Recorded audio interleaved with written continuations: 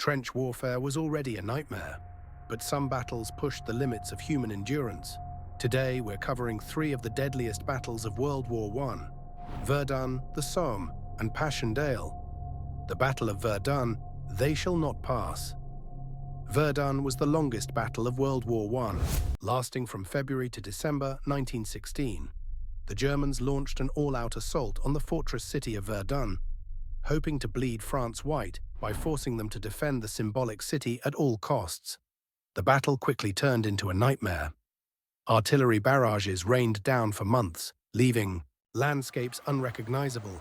Entire villages were wiped off the map. Some no longer exist today. French soldiers, known as poilus, were pushed to their absolute limits, cycling in and out of the front lines every few weeks. General Philippe Pétain became a hero, rallying French troops with the defiant slogan, "They shall not pass." After 10 months and over 700,000 casualties, France held Verdun, but at an unimaginable cost. The Battle of the Somme, Britain's darkest day. While Verdun raged on, the British launched an offensive at the Somme River in July 1916, hoping to relieve pressure on the French. The first day of the Battle of the Somme was the deadliest day in British military history. Over 60,000 British soldiers were killed or wounded in just 24 hours.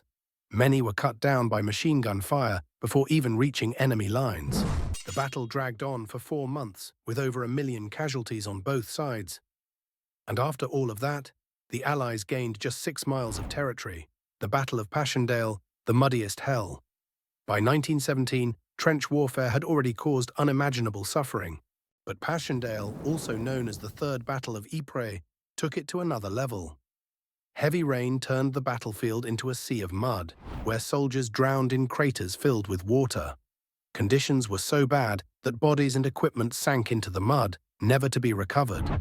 The British and Canadian forces fought for 3 months, suffering hundreds of thousands of casualties, all for a few miles of ground. The battle became a symbol of the senseless slaughter of the war. The cost of these battles, Verdun, the Somme, and Passchendaele together saw millions of men wounded or killed. And despite the staggering losses, neither side could claim a decisive victory. These battles shattered morale, drained resources, and left nations questioning how much longer they could endure. By 1917, soldiers weren't just fighting the enemy, they were fighting exhaustion, despair, and the realization that this war might never end. Which of these battles do you think was the most brutal? Let us know in the comments.